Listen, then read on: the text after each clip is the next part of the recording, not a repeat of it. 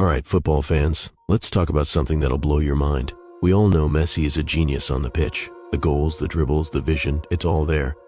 The eye test is one thing, but what does the data say? Just how far ahead is he when compared to others?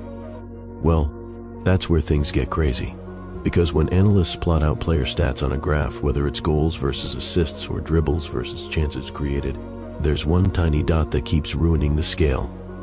And it's always in the same place, the top right. This recurring phenomenon has earned a nickname in the football analytics world, Top Right Messi. It's part meme, part data science inside joke, and part mind-blowing reality. In this video, we're diving into what Top Right Messi really means. Let's dive into a chart that answers a big question. Who have been the biggest attacking threats in football since the 1990s? This scatter plot, using FBref data from the top 5 European leagues from the 90s to the 2023-24 season, looks at players with at least 7,000 minutes played. Here's how it works.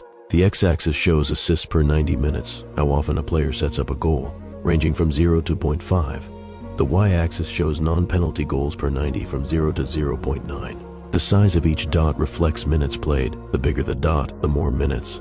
Players are also color-coded by position, forwards in blue, attacking mids and wingers in green, midfielders in pink, and defenders in orange.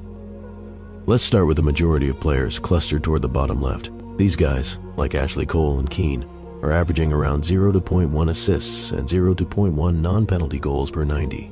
They're mostly defenders and deeper midfielders, so their attacking output is naturally lower. Then you've got players like Xavi, Toni Kroos, and Santi Cazorla, midfield maestros with 0.2 to 0.3 assists and almost no goals. They're creators, but not goal scorers. Moving up, we've got the chance creators in the bottom right, like Ozil, Fabregas, and De Bruyne.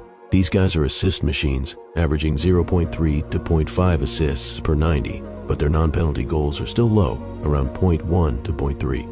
De Bruyne, for example, is close to 0.5 assists per game. Insane creativity, but he's not a primary goal scorer. Di Maria and Muller are nearby, showing their playmaking prowess as attacking midfielders and wingers. Muller is higher up the y-axis, as he also has an incredible eye for goal. Now let's look at the goal scorers in the top left. Players like Higuain, Aguero, and Lewandowski are here, with 0.6 to 0.8 non-penalty goals per 90, but only 0.1 to 0.2 assists. These guys are known for primarily scoring goals and do not rack up much assists. If we move a bit across the x-axis, we find Ronaldo. Ronaldo's dot is huge. He's played a ton of minutes, and his 0.7 plus goals per game show why he's a scoring machine. Haaland and Mbappe are also up here, with over 0.8 goals per 90, but their dots are small, which means they haven't played much minutes compared to the other players on the chart. It becomes harder to maintain a high goal-to-minute ratio the more minutes one plays.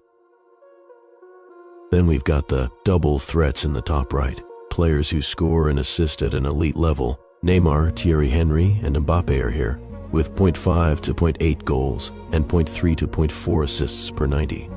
These players have all-around attacking brilliance, but even among these legends, one player stands out.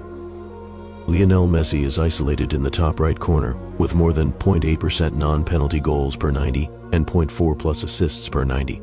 That's right. Messi scoring at the same rate as the best goal scorers like Ronaldo, while also assisting at the level of the best playmakers like De Bruyne.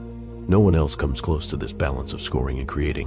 His dot is massive too. He's played a ton of minutes, and he's done this consistently for decades.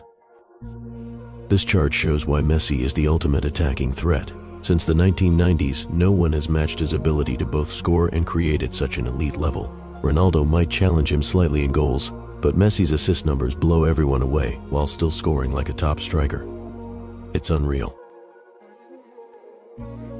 Alright, let's look at Exhibit B. We'll begin by looking at the top players who've won the most Man of the Match awards since 2009. Here's the deal. This chart tracks Man of the Match awards against the number of games played. The x-axis shows games played, ranging from 0 to 700, and the y-axis shows the number of Man of the Match awards, from 0 to 350. The color gradient at the top, that's the efficiency, how often a player wins Man of the Match per game, ranging from 19% in blue to a staggering 52% in red. Let's start with the main pack. We've got some of the biggest names in football here. Erling Haaland, Arjen Robben, Kevin De Bruyne, Eden Hazard, Harry Kane, Kylian Mbappe, Zlatan Ibrahimovic, and Neymar. These guys are legends. and their man of the match counts are impressive. Haaland, for example, has 39 awards in 181 games. That's a 21.5% efficiency. Mbappe has 82 in 342, and Zlatan's at 96 in 396.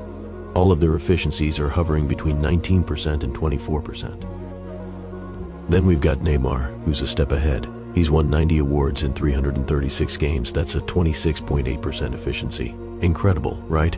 And just above him is Cristiano Ronaldo, with 176 awards in 612 games, giving him a 28.8% efficiency. They both fall in the 26 to 30% range. Ronaldo's consistency over such a long career is unreal. He's played nearly twice as many games as Neymar and still maintains that high rate. But then, there's Lionel Messi. Look at this. He's completely isolated at the top right. Messi has 324 Man of the Match awards in 628 games. That's a 51.6% efficiency. Let that sink in. Messi wins Man of the Match in more than half of his games. Ronaldo and Neymar, the closest to him, are at 28.8% and 26.8%, not even close to Messi's level. Messi's efficiency is nearly double Ronaldo's, and he's played almost the same number of games. This isn't just dominance, this is a different stratosphere. Messi isn't just the best, he's redefining what best even means. Whether it's his playmaking, his goals, or his sheer presence, he's winning Man of the Match at a rate no one else can touch. Let's move to the third data visualization. This time during a period that many called Messi a flop, his stint at PSG in League One. When Messi moved to PSG in 2021, expectations were sky high, but some fans and pundits labeled his time there a disappointment, pointing to fewer goals and a perceived dip in impact. But does the data back that up?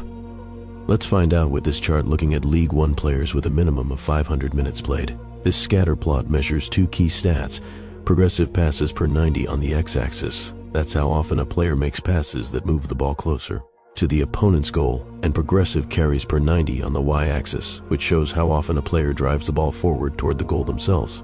Together, these stats tell us who's best at advancing play, either by passing or carrying the ball. Let's start with the majority of players. You've got a big cluster in the bottom left, guys averaging around 2 to 5 progressive passes and 2 to 4 progressive carries per 90. These are your typical League One players, solid but not standout. Then you've got players like Florian Tardieu and Johan Gastien, sitting around 4 to 8 progressive passes and 2 to 3 carries. They're decent at moving the ball forward but not breaking any records. As we move up the chart, we see some bigger names. Bruno Guimaraes, Matteo Guendouzi, and Renato Sanchez are averaging 6 to 7 progressive passes and 6 to 9 carries per game. These guys are more involved in advancing play, combining decent passing with ball-carrying ability. These are the midfield engines consistently driving their teams forward. Now, let's go even more top, where the elite carriers live.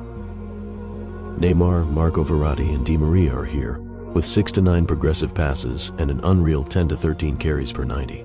Neymar, in particular, stands out. His speed and dribbling make him a carrying machine, while still contributing with progressive passes. Angel Di Maria is also in this zone, with similar numbers, proving his class as a playmaker. But then, there's Lionel Messi. Even in his so-called flop stint at PSG, he's an outlier in the top right. Messi is averaging 11 progressive passes per 90 and a staggering 12 plus progressive carries per game. That's right, even when people said he was struggling, Messi was still outclassing everyone in League One at moving the ball forward, whether by passing or carrying it himself. Compared to Neymar and Di Maria, who are already elite, Messi's got 3 to 4 more progressive passes while also being a better carrier. And against the average player in the cluster, he's tripling or quadrupling their numbers. This chart just proves that even on an off day or an off season, Messi is still untouchable. His time at PSG might have been called a flop by some, but the data tells a different story. He was still the best at advancing play in League One by a mile.